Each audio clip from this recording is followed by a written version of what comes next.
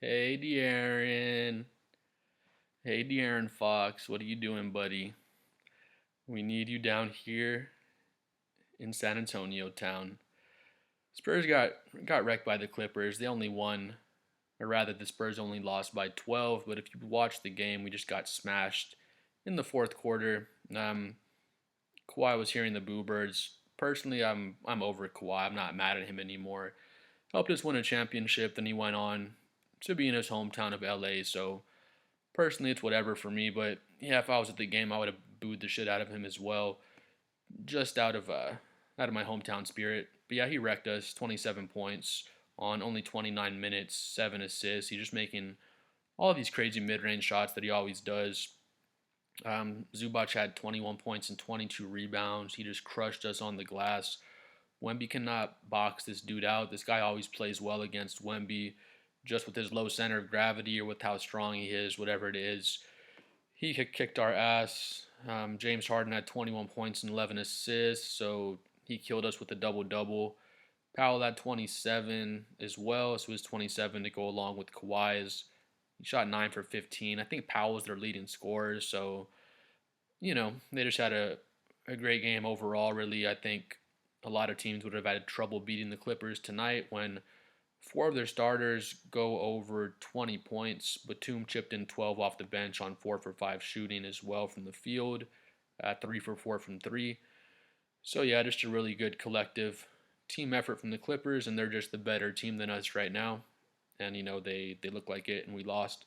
But with that being said, one thing I will mention with James Harden, he did have the 6 turnovers, and one player that actually flashed brighter than Wemby. He didn't have a better defensive game than Wemby, but he flashed brighter was Jeremy Sohan. He honestly was just destroying Harden, and it was in the second quarter. He turned him over back to back. He picked him up full court and ripped him back to back. Got back to back buckets off the turnovers off of Harden. I didn't see Harden get. I think he got one bucket on Jeremy Sohan. He had one where it was obviously a travel. He took 1, 2, 3 steps and he got an and one. And it was so obvious, even on the live view, the replay, like you can just tell it was obviously a travel. But you know how it is with Harden, he gets away with it all the time. But yeah, Jeremy Sohan was just being a pest on him, just giving him all sorts of trouble. And we'll come down here and look at Sohan's numbers. A lot of people outside the Spurs organization are haters of Sohan, and I don't blame him. He's an irritant. The Clippers broadcasters, they described him as, wasn't the word irritant, what was the word they used? An instigator. That's what they described him as, and he is an instigator, but his game is more than that. He's a real lockdown defender. He just bothers the crap out of guys. He plays a similar role to what Draymond Green did for the Warriors championship teams. So I see him doing that for us. Hopefully, once we get into championship contention. But yeah, if you didn't watch the game, you just look at the numbers for Sohan. 7 points, 4 assists, 2 steals. That was the back-to-back steals on Harden, and I believe it was the second quarter. Then he's 3 for 4 from the field. Yeah, it's only 7 points. What's crazy is 0 rebounds. I watched the whole game, and I mean, come to think of it, I don't recall him getting any, but it just seems like he's usually getting boards. But yeah, again, Zubac was just boxing everyone out. He was just killing it in the paint, and he had those 22 rebounds.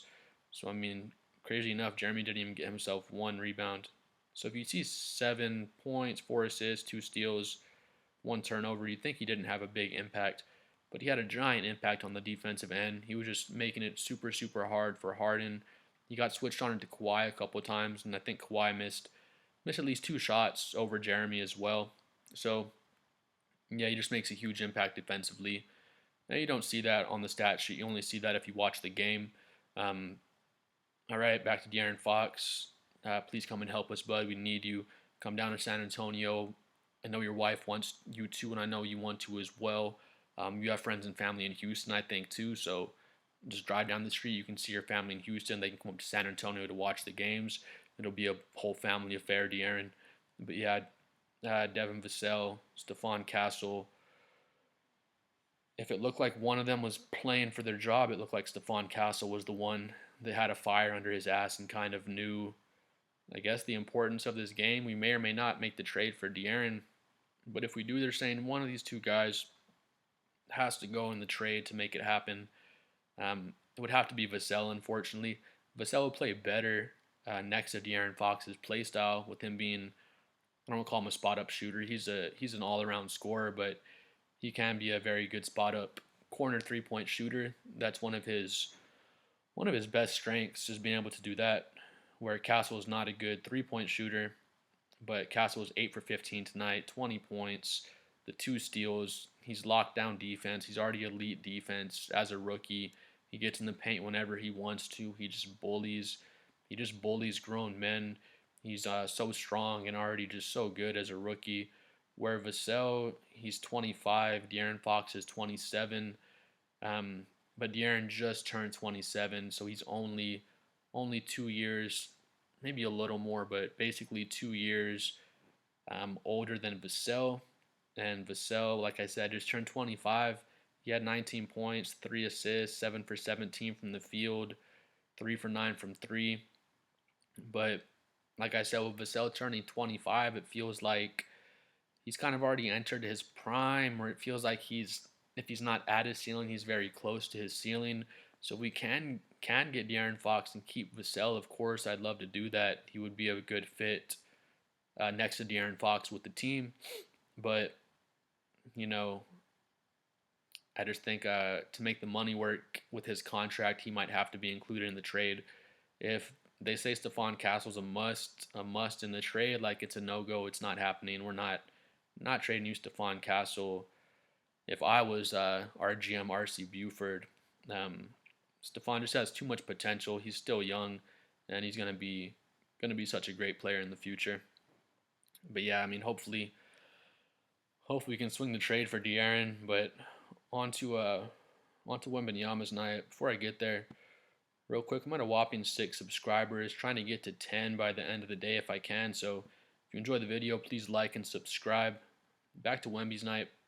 He dropped 23 points, 12 rebounds, 4 assists, 2 steals, 3 blocks.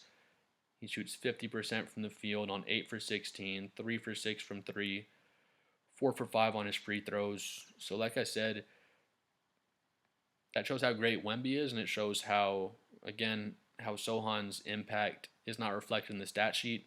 So if you watch the game, you probably agree with me. Comment below and let me know. But just watching from the screen, Sohan flashed brighter on defense than Wemby for most of the game. There was a sequence where Wemby had 3 back-to-back blocks on consecutive defensive possessions. So he blocked it, we went back on offense. He blocked it, we went back. Then he blocked that next possession again in the third quarter, I believe. And then he had the 2 steals as well. So like I said, Wemby had the better defensive game, obviously, but just on the eye test, Sohan was really making a giant impact on defense that's not reflected in the box score. But yeah, Wemby, the 23 points in 35 minutes, again, the 12 rebounds, 2 steals, 3 blocks. If you watch the game, it felt like he had an off game, to be honest. It didn't feel like he had a huge impact until the third quarter. Once he started getting those 3 blocks, he had I think he had 2 threes in transition in the third quarter. And let me know if you agree. It just didn't seem like he was aggressive enough to me. Wemby, he's a willing passer and everything, and that's good. He had the 4 assists.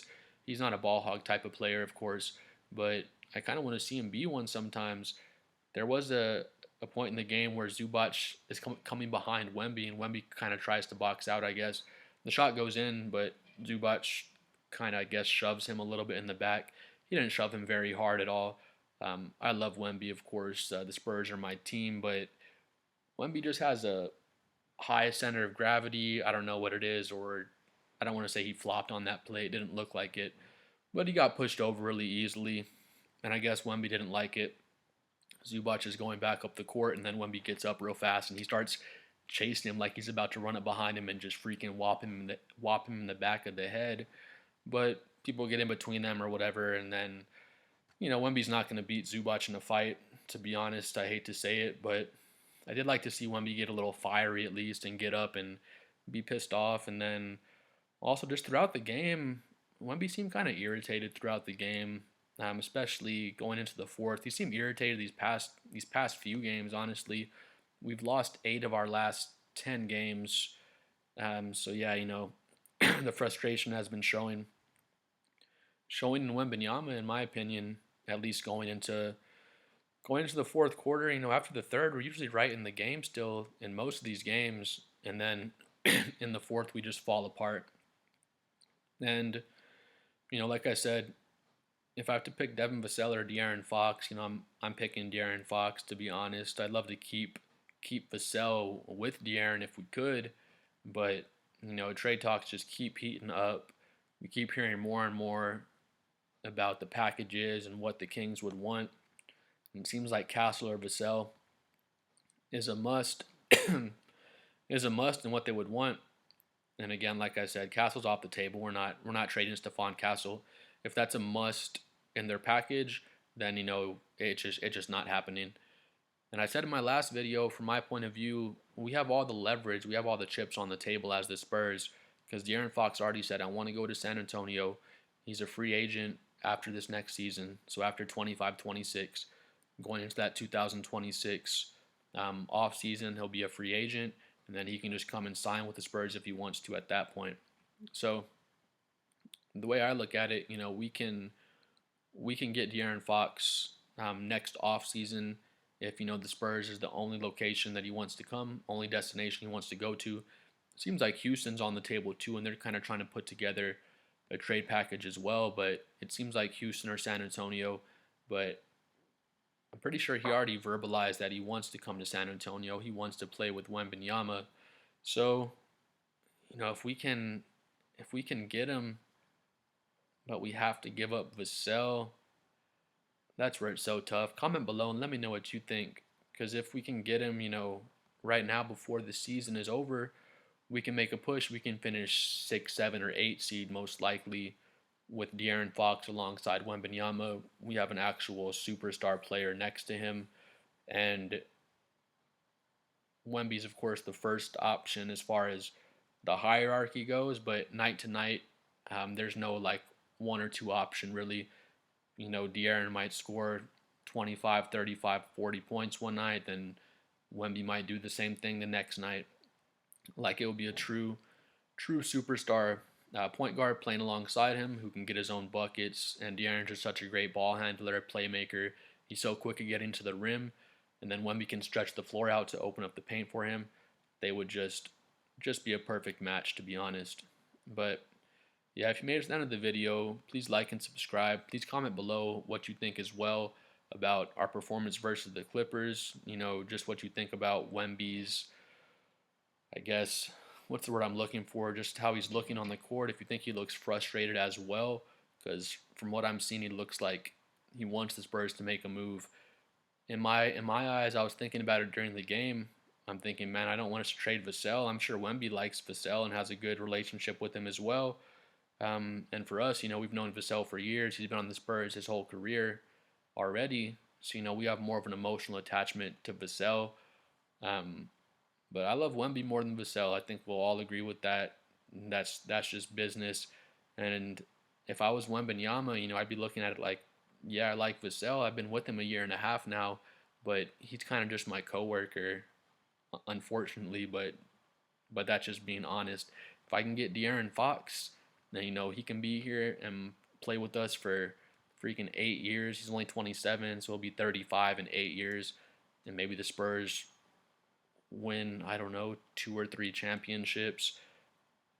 That's already getting ahead of ourselves, but that would not be unrealistic with De'Aaron Fox, Wembanyama, and then our surrounding pieces. But yeah, please like and subscribe. Comment below what you think about Wemby's demeanor. That was the word I was looking for, his demeanor on the court. And yeah, if you think we should make the move, and then also if you think Vassell or Castle would be better to move to make that De'Aaron Fox trade happen. Like I said again, Vassell would fit better with De'Aaron Fox with his play style, but Stephon Castle's not going anywhere. Like I said again, my opinion. We are not trading Stephon Castle for anything. He's only 20 years old, and by the time he's 27, I would not be surprised if he's just as good, if not even better than De'Aaron Fox, to be honest. So yeah, thanks again for watching, guys. We'll see y'all for the next one.